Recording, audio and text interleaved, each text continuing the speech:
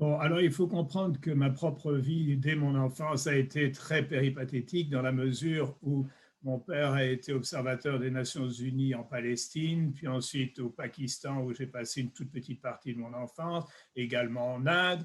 Alors cette espèce d'aventure internationale a été injectée depuis longtemps chez moi. Et je me souviens quand j'avais 13, 14 ans, je crois, où oui, je me promenais avec mon père près d'un grand bâtiment. Je lui ai demandé qu'est-ce que c'est que ce bâtiment-là. Il m'a dit, ah, mais c'est le ministère des Affaires étrangères de Belgique. Et j'ai dit, tiens, ça m'intéressera peut-être à l'avenir. Et ça, c'était le début, si vous voulez, bien des années plus tard, au moment où je donnais un cours comme assistant à l'université Laval, ça on parle dans les années, tout début des années 70, il y a eu un grand remue-ménage et je disais qu'est-ce qui se passe et c'est le concours du ministère des Affaires étrangères du Canada. Or, comme j'étais déjà devenu Canada, puisque je suis arrivé au Canada en 66 et que ça se passe passé 71, autrement dit, j'avais déjà pris après 5 ans ma citoyenneté canadienne, j'ai dit tiens, au fond, je vais passer le concours. Alors, ce n'est pas quelque chose de profondément réfléchi, c'est presque un coup de chance dans la mesure où le brouhaha a fait que j'ai interrompu le cours et que j'allais passer l'examen et que j'avais prévenu mon épouse que je serais absent pendant, je reviendrai un peu plus tard, dans une demi-heure plus tard. Et après 3 heures, je suis arrivé à la maison ayant passé le concours multiple. Et ça s'est suivi par toute une série d'entrevues de toutes sortes.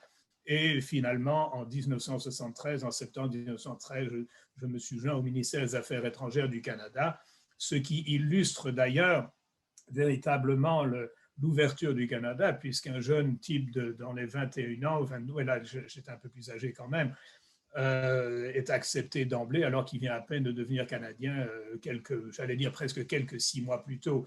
Et ça, c'est tout à fait l'image du Canada. Vous êtes là, vous êtes admis comme Canadien et du jour au lendemain, vous êtes aussi, vous avez toutes les possibilités qu'aurait quelqu'un qui est né au Canada et qui est de 6 ou 7 générations en arrière. Autrement dit, c'est déjà un élément très, très essentiel pour beaucoup de gens qui viennent au Canada de découvrir que comme immigrants, on est immigrant pendant le temps qu'il faut pour avoir sa citoyenneté et ensuite on devient un Canadien à part entière et on ne fait pratiquement jamais de distinction.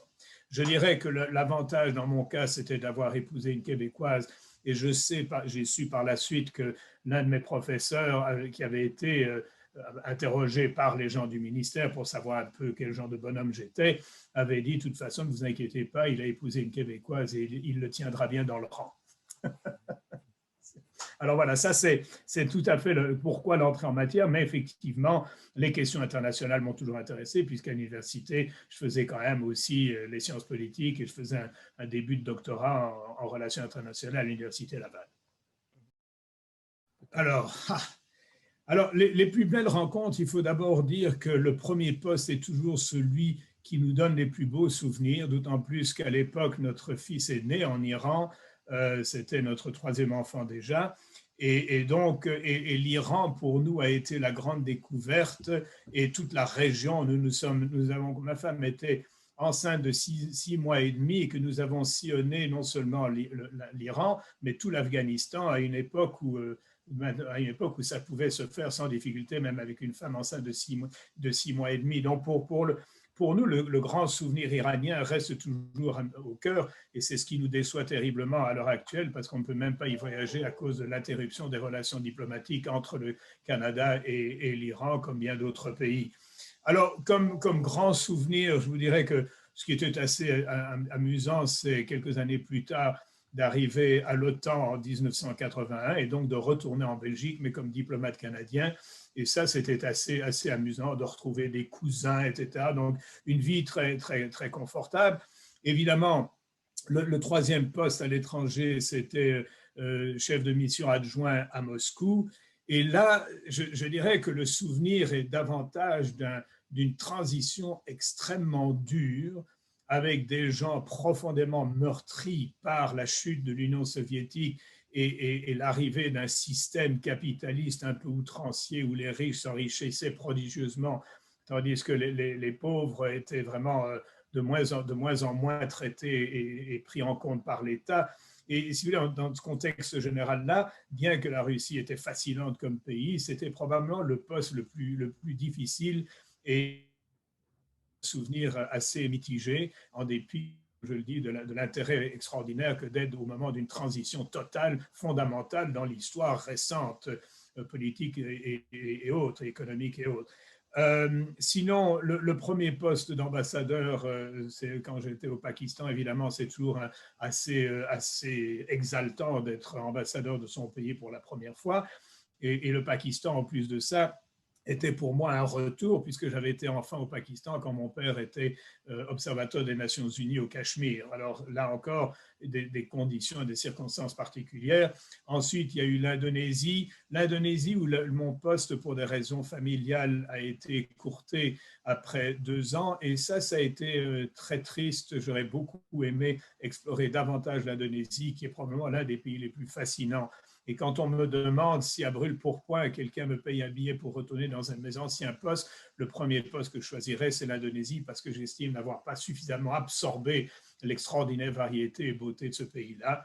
Et le dernier poste, c'était celui que j'avais toujours dit que j'irais, c'était comme ambassadeur en Égypte, parce que j'étais fasciné à l'époque par toute l'historique de l'Égypte pharaonique et également tout l'intérêt culturel. Alors voilà, je vous ai résumé ça un peu rapidement. Merci.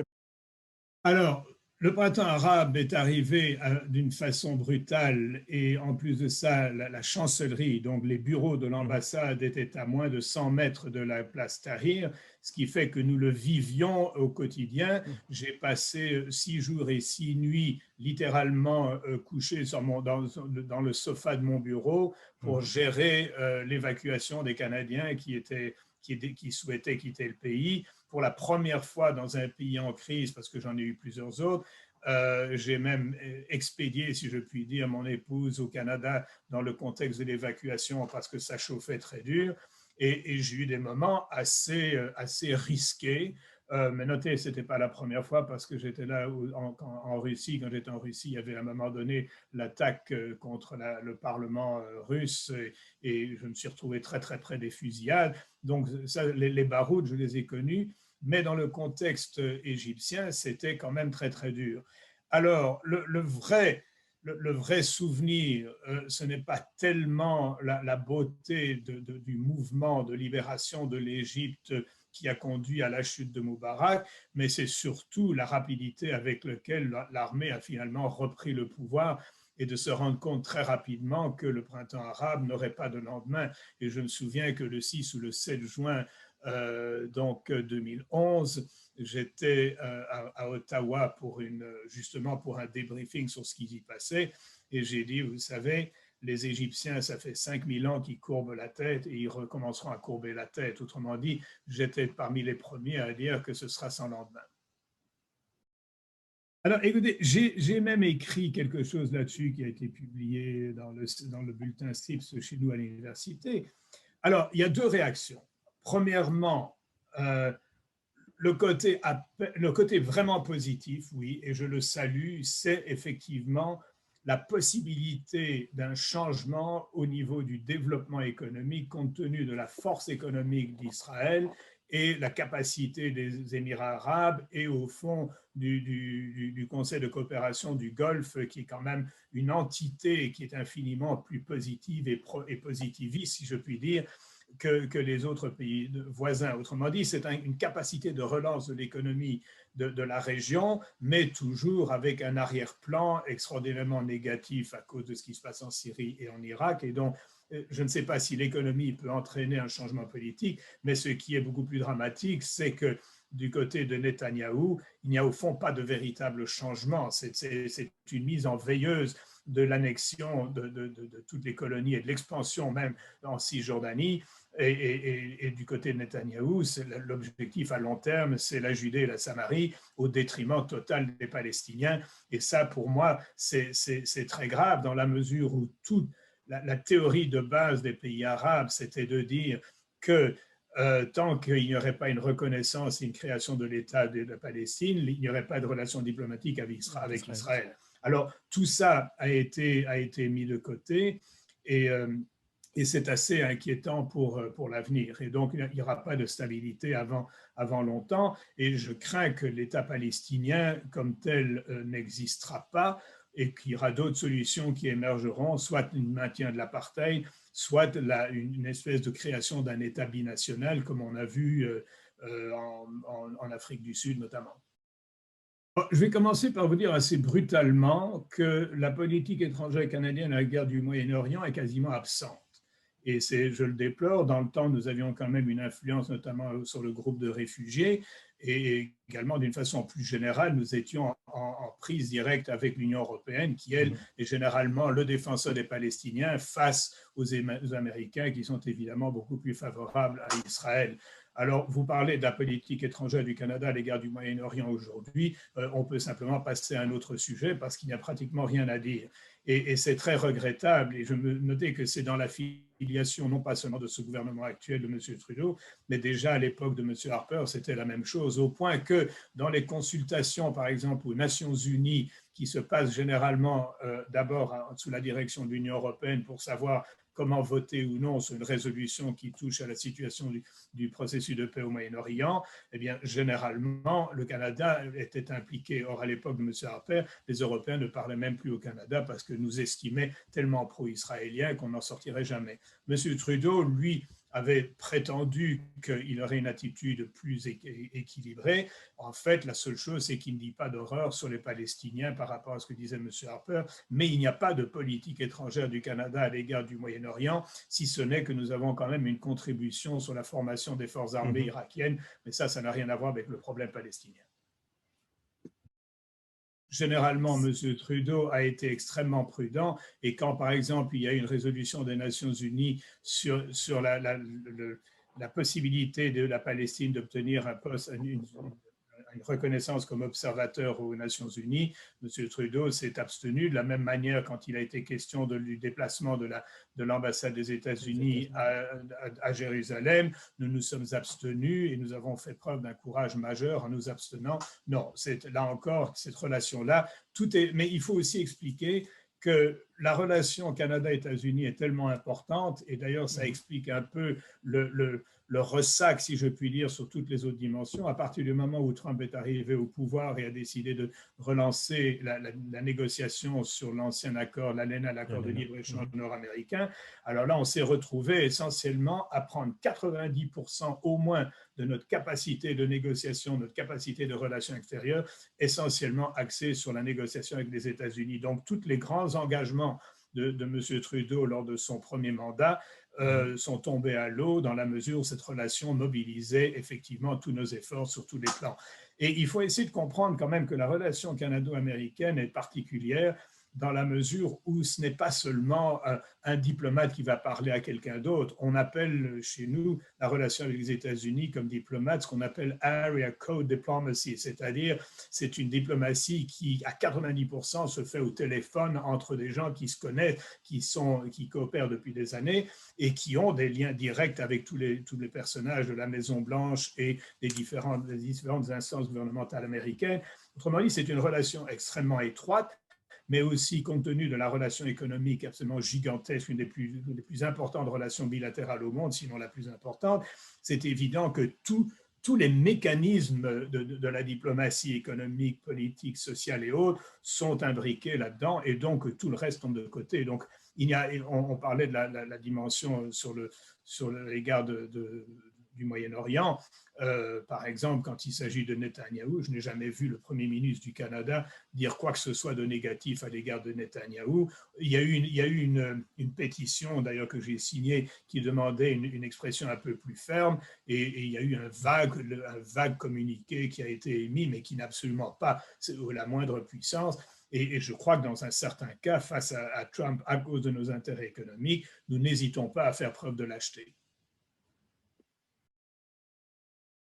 Écoutez, je crois les 12 premiers mois d'une administration Biden, s'il est élu avec le Canada, ça va être encore plus Canada-États-Unis, remettre les balises et les pendules à l'heure et s'assurer aussi que parce qu'il faut bien se rendre compte que M. Biden n'est pas un président canadien, c'est un président américain qui aura énormément de travail à rebâtir, au fond, le système multilatéral pour autant que ce soit possible, compte tenu de son délitement extraordinaire dans les 4 dernières années, et c'est aussi rebâtir l'économie d'un pays. Et les démocrates, en fait, sont beaucoup moins libre-échangistes traditionnellement que les républicains. Et donc, s'attendre à ce que Biden, tout à coup, nous embrasse sur les 2 joues et nous donne tous les accès. Ce qui va être beaucoup mieux avec Biden, c'est qu'au moins, ce sera prévisible. Mais je vous dirais que les 12 premiers mois vont être totalement axés sur la négociation ou la reprise de certains éléments, que ce soit en matière d'environnement, que tout l'ensemble des relations bilatérales entre les 2 pays, également sur le marché de l'automobile. Enfin, il y a tous ces éléments-là qui jouent, les dimensions environnementales, bref, toutes ces mesures que Trump a pris pour réduire les réglementations environnementales. Tout ça, n'oubliez pas qu'on appartient à un continent à nous tout seuls, en tout cas l'Amérique du Nord, et ça va faire l'objet de négociations et de tentatives de régularisation des relations. Et donc, les petites affaires, je le dis avec mépris délibérément, les petites affaires du Moyen-Orient, non. Mais c'est certain que l'évolution dont on parlait tout à l'heure sur le plan économique avec l'accord israélien et les pays arabes, ça c'est quelque chose que M. Trudeau va continuer à louer et toujours rester mezzo voce quand il s'agira de Netanyahou. Une chose est certaine, c'est que si M. Biden l'emporte, je crois que pour M. Netanyahou, ce sera moins favorable, mais ça ne changera pas le fondement des États-Unis pro-israéliens et de considérer finalement le problème palestinien comme quelque chose qui les rase un petit peu, mais qu'ils sont bien obligés de prendre en compte. D'ailleurs, c'est ce qui me fait dire depuis plusieurs années, j'ai même écrit un article là-dessus il y a 2 ans, la solution des 2 États contigus vivant en paix, je crois que c'est fini. Enfin, il n'y a plus la possibilité de créer un État distinct pour les Palestiniens. Le programme Kouchner est une foutaise, c'est une foutaise monumentale. En fait, c'est ahurissant. Finalement, il serait mieux de mettre tous les Palestiniens quelque part dans une province canadienne et ils seront encore bien mieux traités. D'ailleurs, c'est ce que Mme Livni m'avait un jour dit. Elle dit « Oh, les réfugiés palestiniens, pourquoi vous ne les prenez pas chez vous ?» Et ça, c'était la ministre des Affaires étrangères d'Israël, Tipsi Livni, qui était pourtant beaucoup plus libérale que Netanyahou. Il faut mettre un bémol tout de suite. La relation entre Israël et l'Égypte est exceptionnelle. Est exceptionnelle, est largement supérieure. Je ne sais pas si vous venez, mais à l'époque, M. Moubarak disait toujours de Netanyahou, je vais dire en français, bien qu'il le dise en anglais, moi j'aime bien Netanyahou, mais c'est un menteur perpétuel. Tandis qu'avec Sisi, c'est l'embrassade totale. Écoutez, pour l'instant, dans le Sinaï, où il y a quand même, surtout dans le nord du Sinaï, il y a des mouvances terroristes réelles et les Israéliens n'ont pas hésité à modifier l'entente qui prévoit qu'il y a un certain nombre limité de forces égyptiennes qui peuvent être dans le Sinaï. Maintenant, elles sont 3 à 4 fois plus grandes parce qu'Israël et l'Égypte coopèrent pour essayer de foutre en l'air les terroristes dans le nord du Sinaï. Et d'ailleurs, c'est assez intéressant parce qu'il y a très peu de gens qui savent quoi que ce soit sur le Sinaï. Il ne faut pas oublier que dans le Sinaï, vous avez environ 90 tribus différentes, ethnies différentes, et que le sud, je dirais à partir du sud de Taba jusqu'à Sharm el-Sheikh, là, au contraire, ce sont des éléments tribaux qui sont très coopératifs avec le gouvernement égyptien par rapport aux tribus ou aux sectes ou quoi du Nord qui sont beaucoup plus islamistes, beaucoup plus révolutionnaires, beaucoup plus terroristes.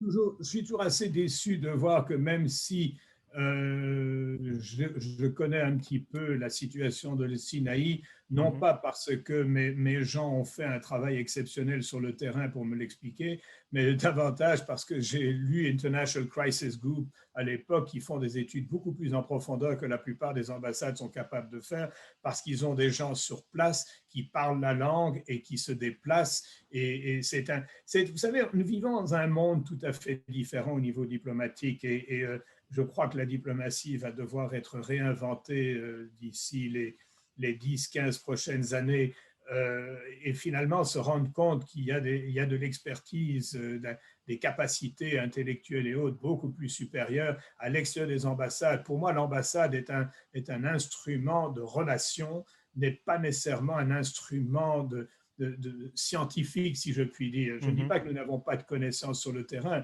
mais nos connaissances sont mobilisées en fonction des relations que nous voulons établir et non pas nécessairement en fonction de ce qui serait anthropologique.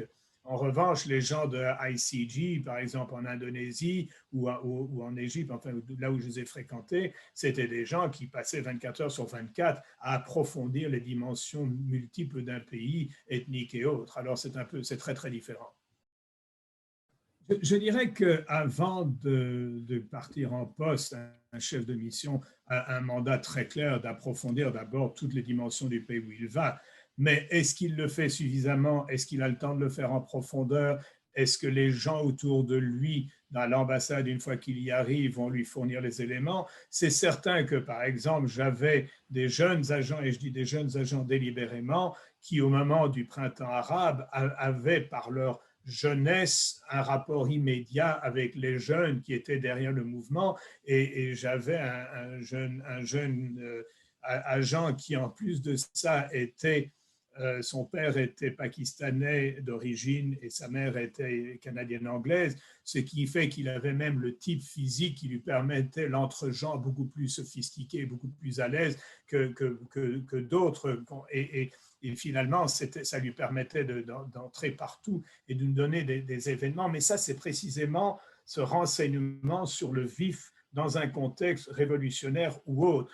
Mais malheureusement, les ressources d'une ambassade ne sont pas suffisamment développées, en tout cas en ce qui concerne le Canada, parce que je sais que le côté français américain, c'est passablement différent, pour faire des études en profondeur. Mais ça, c'est quelque chose qui est un problème constant, et je ne pense pas que chez nous, en tout cas, cela va s'améliorer à l'avenir compte tenu du coût que représente la dotation de gens à l'étranger et de finalement vous savez, la concurrence pour l'information, vous avez parfois des journalistes qui sont dans un pays depuis 20 ans et qui connaissent infiniment mieux. Moi, j'ai toujours, que ce soit à Moscou ou ailleurs, j'ai toujours dit qu'il valait mieux prendre un déjeuner avec un journaliste basé depuis 20 ans dans un pays et, comme disait quelqu'un, lui retirer la substantifique moelle pour en apprendre davantage, quitte à avoir des jeunes agents vérifier certaines des assertions. Mais le temps passe très vite et je trouve que le temps administratif, le temps toutes les vicissitudes de la vie quotidienne font que l'on passe de moins en moins de temps à véritablement approfondir ce pourquoi on est payé par le gouvernement, c'est-à-dire découvrir, comprendre, et surtout interagir avec le monde local. Mais je vous dis, je mets en cause certains des fondements de la diplomatie et c'est une des choses sur lesquelles j'aimerais travailler un peu plus tard avec certains de mes amis et collègues en disant, bon, qu'est-ce que c'est que l'avenir de la diplomatie future compte tenu des moyens de communication actuels? Alors, d'abord, mon expérience, je dis vraiment notre expérience personnelle, parce que nous avons vécu en Iran à l'époque du Shah, et pour des raisons que je ne sais pas, c'est peut-être dû au fait que mon épouse et moi, nous étions également avec des enfants et tout ça. L'Iran nous a accueillis alors que c'était le tout premier poste, et ça a été une expérience merveilleuse. Mais je disais même à mes amis iraniens, après moins de 6 mois, si vous voulez un guide pour votre pays que vous ne sillonnez pas assez, je peux vous conduire n'importe où, parce que justement, moi, j'ai obéi aux injonctions de l'ambassadeur que nous avions à l'époque, qui était un type absolument merveilleux. Quand on lui demandait si on pouvait aller en vacances en Europe, il disait non. Et quand on lui disait on veut prendre un mois et balader dans le pays, il nous disait je ferai votre boulot en votre absence, tellement il était entiché justement de l'expérience du terrain. Et donc, c'est un pays merveilleux avec des gens extraordinaires, très cultivés. Bon, il y avait de la pauvreté, il y a une différence énorme entre les riches et les pauvres, il y avait le Shah, mais il y avait une culture extraordinaire et des gens remarquablement sophistiqués. C'est pour ça que 89, pour moi, ça a été le désastre de voir que ce pays qui a au fond, qui est l'un des... Vous savez, on parle toujours de l'extraordinaire époque du monde arabe après l'Hégire et jusqu'au XIIe siècle pratiquement, mais on oublie toujours de mentionner qu'une grande partie de cette espèce d'explosion artistique, culturelle et autres venait aussi de la Perse. Mais alors, le choc de 1989 et cette espèce d'avilissement, cette espèce d'élimination même de toute ressource intellectuelle autre que via une interprétation absolument rigoriste du Coran, c'est évidemment un choc très dur pour des gens comme nous, d'autant plus que ma femme et moi, nous avons une raison très spéciale et nous voulons retourner en Iran. Et malheureusement, pour l'instant, c'est pratiquement impossible. Et le Canada a coupé complètement ses relations avec l'Iran depuis M. Harper et c'est très difficile de les rétablir à cause de problèmes juridiques et d'une loi qui rend tout ça très compliqué. Je n'entrerai pas dans les détails. Mais donc, si vous voulez, cette évolution à l'heure actuelle, dans quelle mesure est-ce que cette culture qui imprégnait les Iraniens va-t-elle pouvoir réexister le jour où l'autorité religieuse sera remise à sa place et qu'il y aura un régime politique stable? Je suis incapable de prédire quand cela arrivera. J'admire les Iraniens qui protestent et je suis sidéré de voir que ça continue et ça perdure. Maintenant, il faut aussi se rendre compte dans le contexte de la relation avec l'Occident que les États-Unis sont probablement les plus grands coupables sur tous les plans, que ce soit depuis Mossadegh, depuis, au fond, les tentatives même de maintenir le Shah. Enfin, il y a toute une série de facteurs qui font que il y a un problème majeur qui ne sera pas résolu. Ce n'est pas Biden et d'autres qui vont changer. Mais ce qui est important de dire, c'est que Trump, à qui je ne donnerai jamais de crédit, je reconnais qu'il a réussi un coup extraordinaire, c'est en faisant de l'Iran le démon aux yeux des pays arabes, il a réussi à faire en sorte que les pays arabes cessent de revendiquer un avantage pour les Palestiniens en échange justement de ce soutien des États-Unis contre l'Iran auquel les pays arabes s'opposent depuis toujours. Ça, c'est un dilemme ça nous prendrait 2 heures de discussion pour donner l'évolution, par exemple, entre, je dirais, le mouvement religieux islamique d'il y a une vingtaine d'années qui faisait que l'opposition entre les pays arabes et l'Iran était presque une opposition religieuse entre chiites et sunnites, et le retour du nationalisme avec l'Arabie saoudite dépendant des États-Unis pour finalement contrer l'Iran, mais dans cette guerre ridicule, épouvantable du Yémen, qui finalement est un échec majeur pour l'Arabie saoudite, mais qui continue à perdurer l'instabilité régionale. Il faut, bon, ça, j'ai écrit un assez long article un jour sur le JCPOA, le Joint Common Program of Action, c'est-à-dire l'accord nucléaire. Je continue à défendre l'accord nucléaire qu'Obama a signé sans avoir finalement une loi votée au Parlement, ce qui a permis à Trump évidemment de l'éliminer. Je crois que là, d'abord, il faut tenir compte d'un autre enjeu de la région, que j'ai toujours mis de l'avant dans mes contacts avec mes collègues américains. Israël a la bombe atomique, tout le monde le sait, c'est reconnu. Les Israéliens n'ont jamais reconnu officiellement, mais il y a des documents même de la CIA qui, dans les années 89, disaient déjà que la dotation, d'ailleurs, qui vient d'un cadeau du général de Gaulle, si on remonte dans l'histoire. Enfin bon, donc ça c'est un fait. Alors évidemment, personne ne veut une prolifération. Les Iraniens étaient entre 6 mois, le 3 mois je n'y crois pas, à l'époque du JCPOA. Maintenant, je ne suis pas certain à quel niveau ils en sont. Je sais qu'il y a d'autres éléments qui se construisent en dehors de l'Agence internationale de l'énergie atomique, mais les visites de l'agence continuent à avoir lieu. Si vous voulez, l'Iran, qui est très sophistiqué sur ce plan-là, continue à jouer le jeu du signataire tout en creusant un peu le sous-sol pour éviter que les attaques électroniques d'Israël continuent à démolir leur système. Alors, et où est-ce qu'on en est aujourd'hui? Moi, je crois que les Iraniens sont infiniment plus subtils que le gros bêta au sud de notre pays et qu'ils iront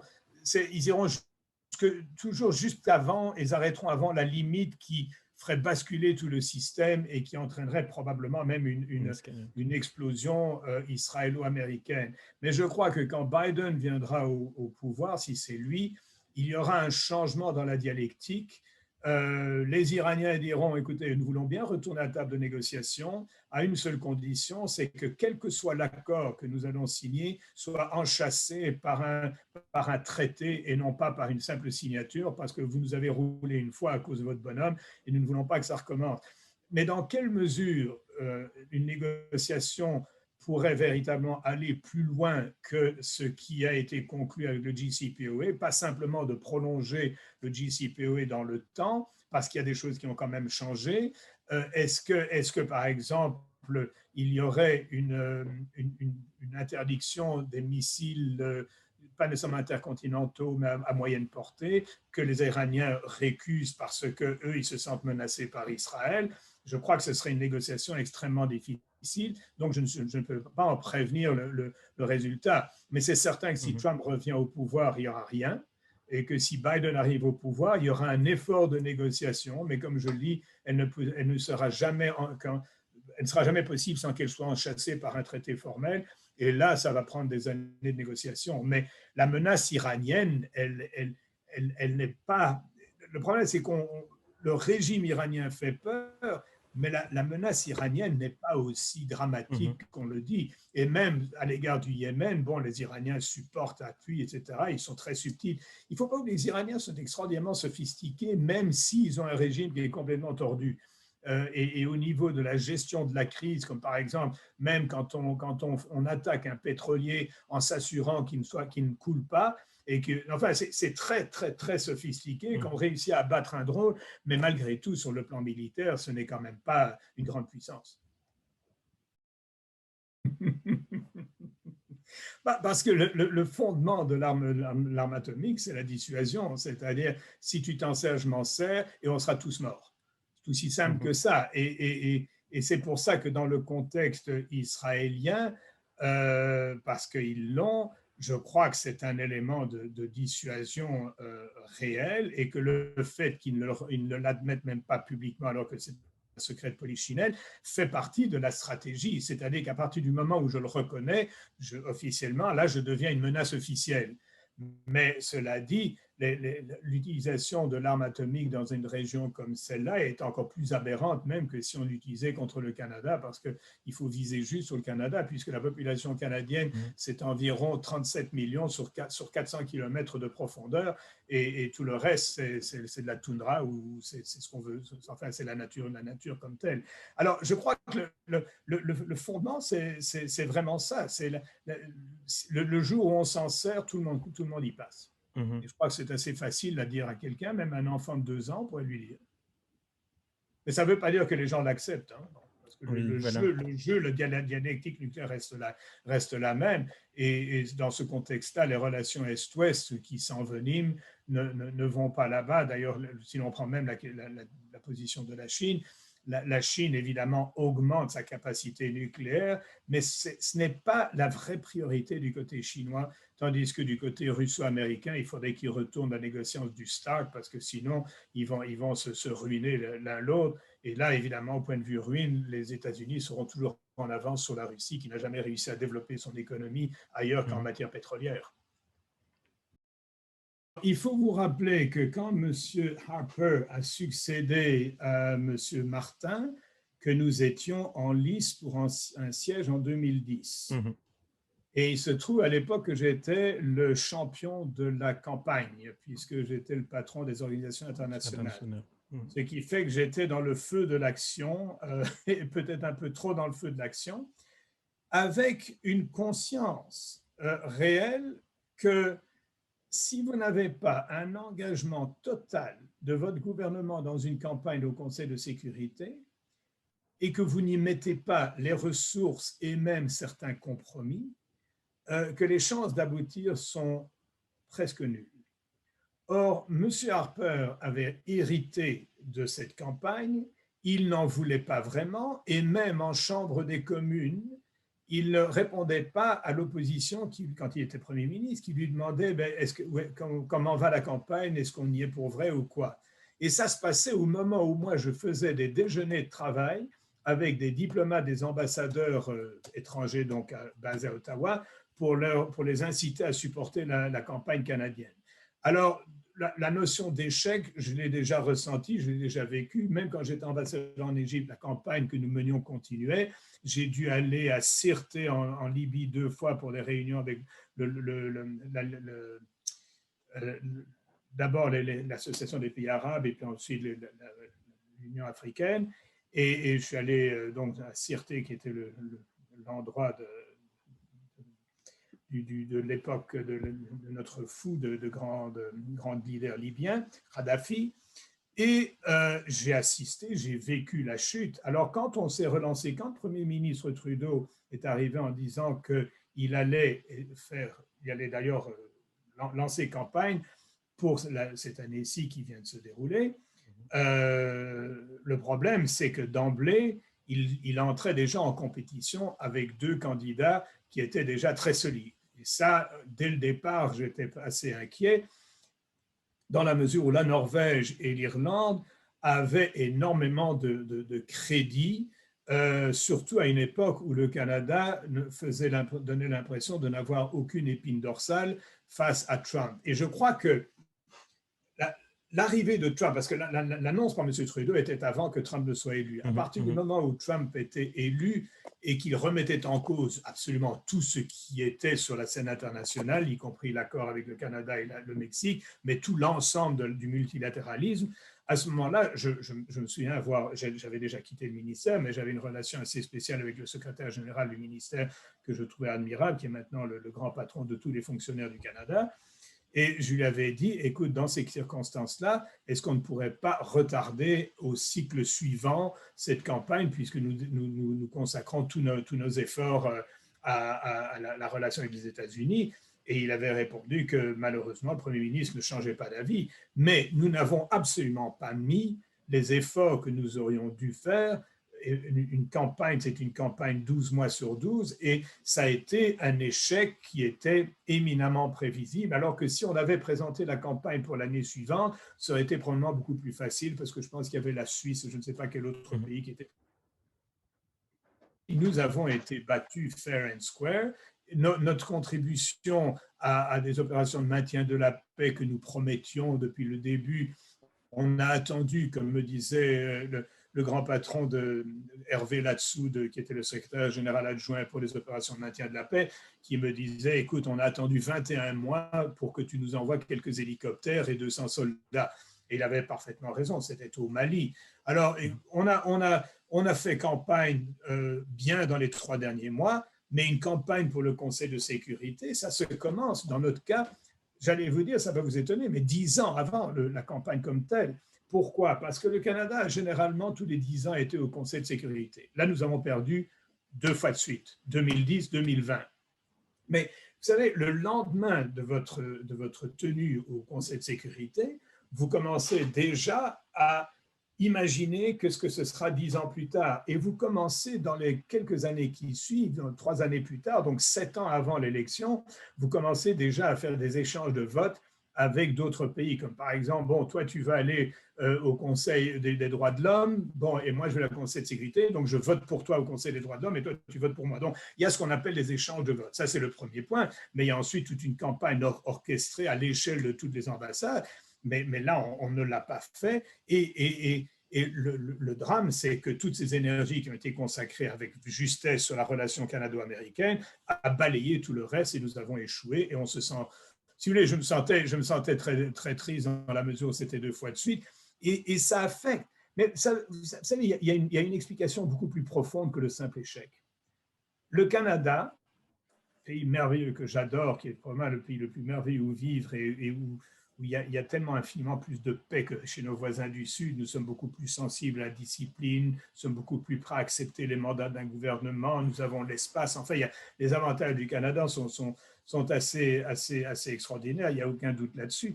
Mais le fait est que notre politique étrangère et le fameux We are back du Premier ministre Trudeau qui disait nous sommes de retour, tout ça c'est très beau dans certaines circonstances. C'est-à-dire quand la relation canado-américaine est généralement étale, sans de problème majeur, et qu'au fond, nous sommes soit en appui de propositions américaines, ou encore les Américains nous appuient dans nos démarches. C'était d'ailleurs le dialogue entre Trudeau et Obama dans les derniers jours de la présidence Obama et les premiers jours des mentions de Trudeau, c'est qu'Obama avait carrément dit « Écoute, tu es mon successeur sur la scène multilatérale ». Bon, mais ça, quand vous êtes accoquiné avec les États-Unis, vous êtes déjà une puissance. Mais quand vous n'avez plus les États-Unis dans votre coin, la puissance du Canada, c'est beau d'être le deuxième plus grand pays au monde avec presque 10 millions de kilomètres carrés, mais on n'a que 37 millions d'habitants. Et nous ne sommes pas géographiquement situés de façon à avoir une importance majeure. Nous avons 3 océans qui nous donnent une certaine sécurité, mais en même temps, nous devons être un peu partout dans un espace gigantesque avec des moyens relativement limités. Et donc, notre capacité d'action, quand elle n'est pas en appui, soit de nos amis européens, et ça, c'est ce que Trudeau a essayé de faire, ou alors avec les États-Unis, mais dans le contexte actuel des 4 dernières années, on s'est rendu compte de notre impotence bien plus que de notre puissance. C'est très simple. Notre budget d'aide au développement de 5 milliards de dollars n'a pratiquement pas bougé depuis des années. Nous sommes bien en deçà du 0,7, nous sommes à 0,28 ou 0,29, moins de 0,3. Donc, autrement dit, la réputation du Canada en matière d'aide au développement, nous faisons parfois du saupoudrage, oui. Nous avons aussi, depuis l'époque Harper et en partie depuis que M. Martin, avec qui j'ai travaillé étroitement, nous avons réduit le nombre de pays de concentration, ce qui est normal, ce qui est bien. Mais d'un autre côté, ça nous affaiblit quand on cherche des appuis au niveau d'une campagne, par exemple. Mais c'est certain que notre aide extérieure n'est plus du tout à la hauteur de ce qu'elle était au niveau des engagements. Est-ce qu'elle est efficace? Je ne doute pas que nous ayons des programmes efficaces, mais nous sommes en retrait et ça nuit évidemment à notre capacité d'influence. Et donc, pour ça, sur ce plan-là, je ne peux que regretter le fait que nous n'ayons absolument pas bougé l'aiguille, alors que nous avons quand même des gens éminemment compétents. Nous avons aussi un autre problème qui est beaucoup plus bureaucratique et je ne vais pas passer beaucoup de temps là-dessus, c'est que d'abord, nous avons beaucoup plus de gens de l'aide extérieure à la centrale que sur le terrain. Ça, c'est le premier point. Et le deuxième, c'est que nous vivons encore bureaucratiquement l'intégration de ce qui était anciennement l'Agence canadienne de développement international, qui est maintenant fusionnée avec le ministère des Affaires étrangères et le ministère du Commerce extérieur. Donc, nous avons une espèce de gros machin qui met tout ensemble. Et même, ça a affecté, je dirais, notre politique étrangère dans la mesure où quand vous intégrez une force de frappe aussi importante que ce qui représente les gens qui gèrent les 5 milliards de dollars, vous arrivez tout à coup à un ministère qui ressemble beaucoup plus ou qui a beaucoup plus de gens du secteur développement. Or, les gens du développement sont des gens remarquables, ce sont des livreurs de programmes, mais ce ne sont pas ce qu'on appellera en anglais des policy thinkers, ce ne sont pas des penseurs politiques, ce n'est pas alors, autrement dit, d'après moi, notre ministère est devenu beaucoup plus une livraison de programmes qu'une livraison de pensée et de policy planning. Mais ça, c'est un petit jugement un peu bureaucratique. Mais si vous voulez, il y a toutes sortes de remises en cause qui vont devoir se faire sur la façon dont nous gérons notre aide extérieure. Et pour l'instant, elle ne nous attire pas beaucoup d'applaudissements. Je vous rappelle ce que j'ai dit tout à l'heure au fait que quand nous ne sommes pas avec les Américains, nous perdons automatiquement les 3/4 de notre influence. Mais je crois aussi que nous manquons d'imagination depuis quelque temps. Et je pense que ça, c'est peut-être un des plus gros problèmes. Si on compare, par exemple, le gentil ministère des Affaires étrangères, M. Philippe Champagne, qui est notre ministre des Affaires étrangères, qui est un type absolument charmant, mais vous comparez ça à un Lloyd Axworthy à l'époque, qui était un penseur, qui était un homme qui avait… je raconte cette anecdote parce que je lui ai raconté à lui-même, parce que c'est quelqu'un pour qui j'ai énormément d'admiration. J'ai dit, le problème avec vous, monsieur le ministre, c'est que tous les jours, vous arrivez avec 10 initiatives nouvelles et que nous, notre mandat, c'est d'en démolir 9 sur 10 parce que sinon, nous n'arriverons pas à livrer la marchandise. C'était une manière d'exprimer notre admiration pour un ministre qui était véritablement un ministre d'une puissance conséquente. Or, maintenant, nous n'avons pas véritablement de politique étrangère. Les penseurs, et même il y a des penseurs extraordinaires dans le ministère qui ne semblent plus avoir la même audience, si je puis dire, que les gens du policy planning à mon époque. j'en étais à un moment donné le directeur intérimaire pendant quand même 2 ans, il y avait des penseurs, et bien avant moi, il y avait encore des gens encore bien éminemment plus compétents en termes de pensée politique. Mais je crois qu'il faut aussi reconnaître que, d'une façon générale, dans l'univers occidental, il y a une faiblesse de pensée politique. Et je crois que nous en sommes peut-être un exemple plus marquant parce que nous sommes un pays gigantesque, nous sommes les voisins des États-Unis, nous sommes un pays qui est en même temps intéressant, attirant et en même temps, comme vous le disiez vous-même, au fond pas véritablement connu. Mais je constate, et ça c'est quelque chose qui m'amuse beaucoup, le nombre d'Européens qui veulent maintenant venir au Canada s'installer, c'est assez extraordinaire. Je ris toujours que à Montréal, il y a une partie de la ville qui s'appelle le Plateau, et sur le plateau de Montréal, maintenant, on réentend l'accent français, alors que le Plateau était terre tout à fait québécoise, si je puis dire. Alors, le Canada est un pays extraordinaire sur pratiquement tous les plans, mais, comme je le dis, au niveau de l'influence sur la scène internationale, nous avons beaucoup perdu. Ça, c'est indéniable. Et la personnalité même de notre Premier ministre, et vous ajoutez à ça la pandémie, fait que nous balbutions. Bon, on s'entend, il s'entend très bien avec M. Macron. Bon, mais le couple Macron-Merkel et ces gens-là ont quand même infiniment plus de résonance que le Premier ministre du Canada, et ça c'est indéniable, mais c'est vrai que nous sommes membres d'à peu près tous les groupes internationaux parce que nous représentons quand même la 8e, 10e ou 11e puissance économique au monde, et que nous représentons quand même, pour moi, parce que c'est très clair, nous représentons véritablement encore aujourd'hui quand même ce qu'on appelle un pays d'avenir, c'est-à-dire qu'il y a quand même moyen de venir au Canada et de réussir, et je crois que c'est peut-être ça qui est peut-être le plus remarquable. Et quand je vois que nous sommes toujours les numéros 1 dans l'accueil de réfugiés, et ces réfugiés, on les voit, et que 1 an, 2 ans plus tard, les jeunes Syriens, ils sont arrivés penauds en se demandant où est-ce qu'ils sont, comment est-ce qu'ils marchent sur la neige, et 1 ou 2 ans plus tard, ils prospèrent parce que ce pays leur donne la possibilité de faire des choses. Alors qu'en voyant en Europe, on est englué, c'est tout à fait différent. Alors, je vais vous dire 2 choses contradictoires. J'ai plein d'admiration pour l'intelligence de M. Harper. Je pourrais même dire pour son intégrité, dans le sens que, une fois qu'il avait une idée, une opinion, on ne pouvait pas le déloger. Et les douceurs politiques n'avaient aucune atteinte sur lui. Le problème, je l'ai évoqué tout à l'heure, M. Harper n'aimait pas les compromis, et par exemple pouvait tenir tête à 30 pays de la francophonie, par exemple, et d'être le seul en désaccord, et de tenir son bout et de ne jamais plier. Quand nous lui avons parlé, au tout début de son arrivée, de la campagne pour le Conseil de sécurité, et qu'on lui disait qu'il y aurait certains compromis à faire, qu'il faudrait peut-être atténuer certaines de nos positions sur Israël et la Palestine parce que nous allons perdre les pays arabes, eh bien, il avait dit d'une façon très nette, si c'est ça que nos ambassadeurs nous recommandent, je les mettrai à la porte et je les remplacerai.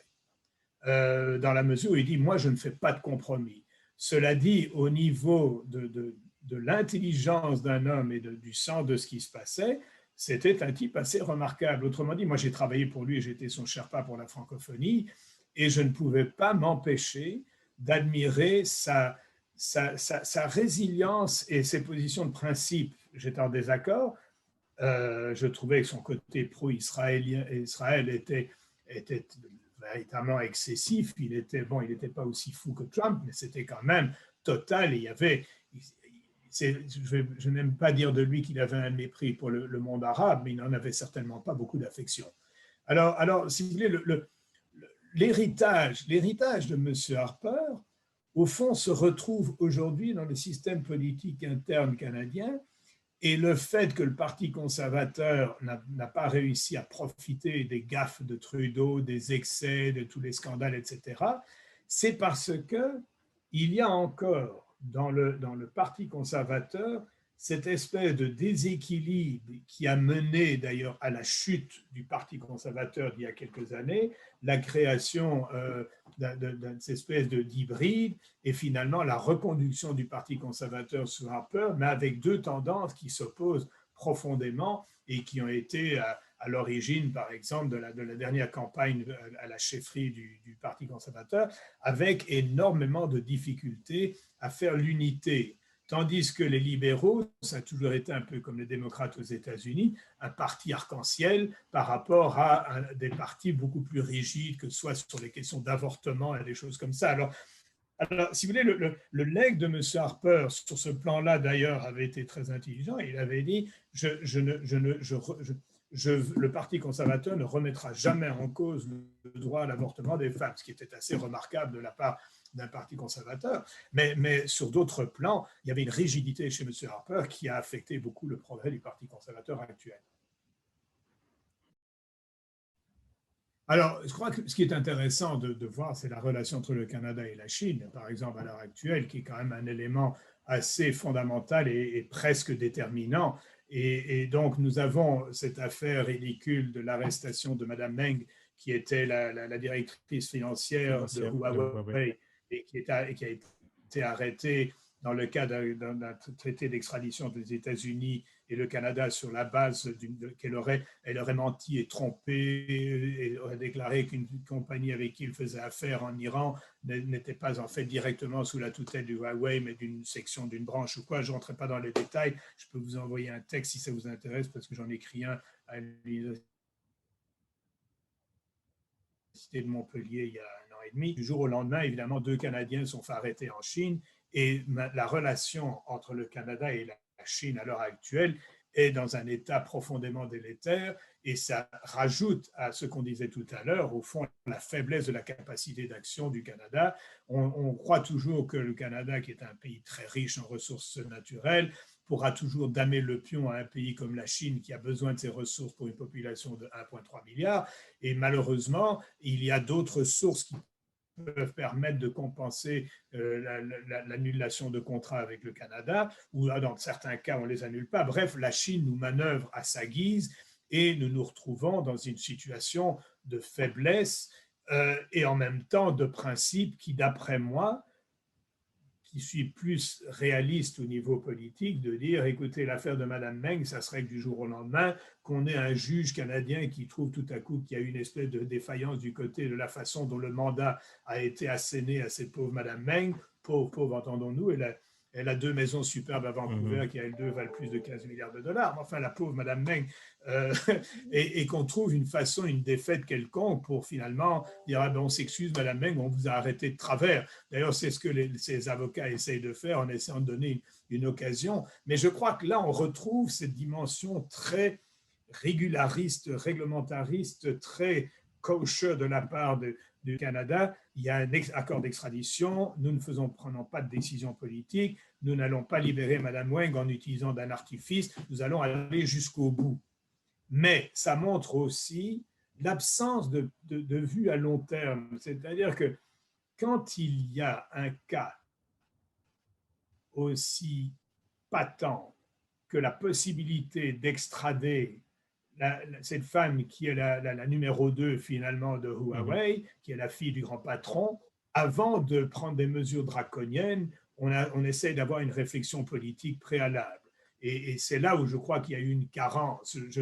Je dis toujours que quand on gère avec un pays aussi influent que la Chine, on doit se doter les mêmes moyens d'interaction que ce que l'on a avec les États-Unis, c'est-à-dire une façon de lancer une alerte en disant OK, hold on, on va voir, on va étudier ce cas-là de façon beaucoup plus soignée.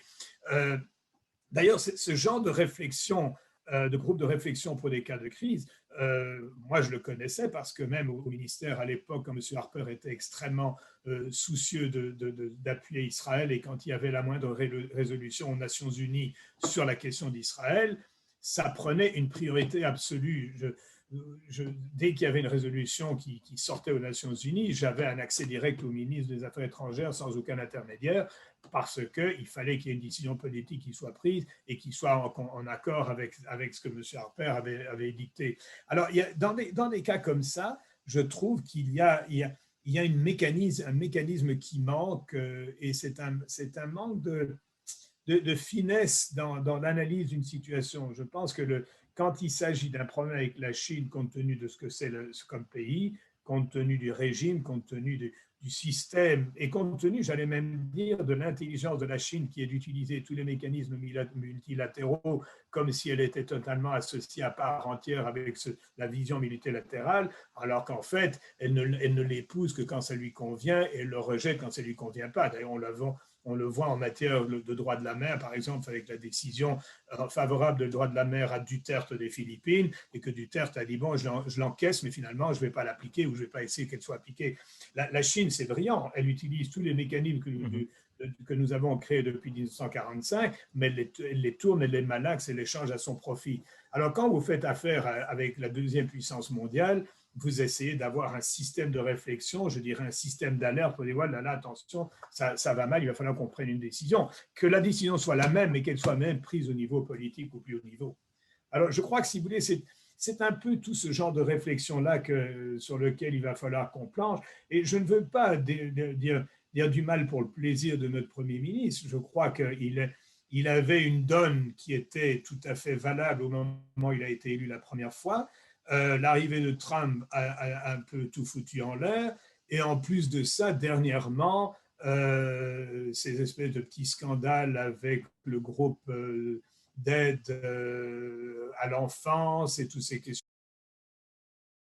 Peut-on rapidement vous dire que le Premier ministre du Canada est devenu Premier ministre un peu trop rapidement? Est-ce que c'est ça la question? D'une certaine manière, de toute façon, on peut quand même essayer d'y répondre dans la mesure où je crois que le problème de l'élection de M. Trudeau, et je ne veux pas dire de mal de lui du tout, c'est qu'il est le fils du père à un moment donné où politiquement ça a collé. Et il était le troisième, il est arrivé le premier au moment où le ras-le-bol face à plusieurs régimes de Harper, face à une faiblesse des autres, et il l'a emporté et il a une majorité. Maintenant, il y a un petit peu le côté de l'arrogance du gosse de riche, si je puis dire, qui fait qu'il a dû demander pardon plusieurs fois parce qu'il ne prenait pas conscience. Par exemple, quand il a fait un voyage dans l'avion de l'Agacan pour aller dans l'île de l'Agacan, bon, en France, les gens rigoleraient. Je ne suis pas en Belgique, mais en France, les gens s'en foutraient carrément, tandis que dans notre pays un peu puritain, c'est considéré comme un crime, alors que ce n'en est pas, ce n'est pas quelque chose qui est très grave. Et encore l'affaire sur l'espèce de groupe sur l'aide aux jeunes et tout ça. Là encore, c'est un jugement plus qu'autre chose. Mais c'est ce que je dis, c'est le réflexe un peu du gosse de riche qui ne se rend pas compte qu'il y a des règles qui s'appliquent. Alors effectivement, il dit pardon. Trump ne dira jamais pardon, ne reconnaîtra jamais sa responsabilité. Mais je crois, à la défense de M. Trudeau, et finalement, il a reçu une claque solide pour sa deuxième élection. Il a quand même continué à ne pas se rendre compte qu'il y avait des choses qui ne se font pas, parce que j'en reviens à ma réflexion de gosse de riche. Mais d'un autre côté, je crois qu'il a mûri et qu'il est devenu globalement, j'aime pas le mot, plus intelligent. Je crois qu'il est devenu plus global et percevant mieux les choses sur la scène internationale. Quand je l'entends à la Chambre des communes se défendre, je trouve qu'il ne bêtifie plus comme il le faisait d'abord. Il a des vraies réponses, des réponses politiques, mais des réponses qui tiennent la route. Le problème, c'est qu'il y a une arrogance du pouvoir qui lui vient du fait qu'il est le fils du père. Sauf que le père était infiniment plus intelligent dans le sens global du terme et dans le sens politique. Autrement dit, M. Trudeau actuel n'a pas la même envergure de son père, mais il en a gardé l'arrogance. Et ça ne se voit pas parce qu'il a l'air tout gentil, comme vous dites, qu'il dit pardon et tout ça, mais une certaine arrogance de I cannot be wrong, je ne peux avoir que raison. Et je crois que c'est ça qui lui fait du tort, mais je pense qu'il est en train d'apprendre et que peut-être qu'il réussira même à avoir une troisième élection s'il ne cafouille pas davantage. Et il a l'avantage aussi, même en étant chef d'un parti qui est minoritaire en chambre, comme il a ce qu'on appelle chez vous les socialistes, mais qu'on appelle chez le nouveau Parti démocratique, qui n'a pas d'autre choix que de le soutenir, parce que M. Trudeau est allé beaucoup plus à gauche que ses prédécesseurs libéraux comme Paul Martin ou comme Jean Chrétien, et que finalement le terrain du NPD a été bouffé en grande partie par M. Trudeau. Maintenant, tout ça ne tient que ce que durent les roses, dans la mesure où il faut voir que ce que l'après-pandémie va donner, s'il y a une après-pandémie assez rapidement. Donc, autrement dit, tout ce que je dis tient plus ou moins jusqu'à ce qu'on voit comment on sort et quels sont les lendemains de la pandémie. Est-ce qu'ils vont chanter, au contraire, est-ce qu'ils vont pleurer?